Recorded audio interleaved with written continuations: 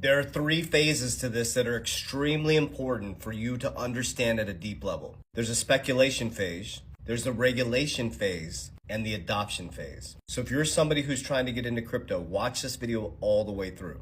We are transitioning from speculation phase to regulation phase, which still makes it somewhat early to get in. Because when adoption phase hits, that's where the people who were in during speculation and regulation get very, very wealthy. Pay attention to the breakdown.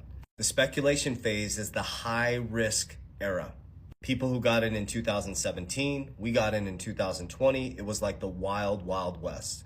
Early adopters make massive gains because they got in when everybody was running. And usually what happens is the elites, the banks, the media tell you to run as fast as they can from it. At the same time, usually they're getting involved in it.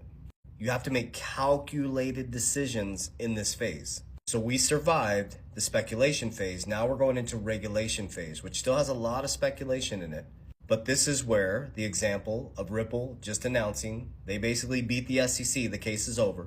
Bitcoin is now part of the strategic reserve. You are now seeing at Congress, they're coming up with stablecoin regulation and cryptocurrency regulation.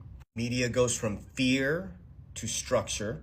You go from the wild, wild west to SEC regulation, ETF approvals. And the wealthy position themselves as this regulation transfers. Then you go into adoption phase, and that's where the wealth transfer happens. We still have a nice run for adoption phase. This is where the masses, big corporation, banks start flooding into these asset classes. And the people who were in during speculation and regulation phase become some of the wealthiest people in the world. Think Amazon, Google, Apple, Tesla. Think XRP, Bitcoin, Solana, Ethereum, Cardano, VeChain, HBAR. Everybody told us we're crazy. Now we have clarity. So those who are positioned early will not only have long-term wealth, but they'll have long-term cash flow forever if they position themselves right and understand how to manage their wealth. The key is timing these markets. You don't want to be the person coming in when the media is telling you it's the best thing since sliced bread.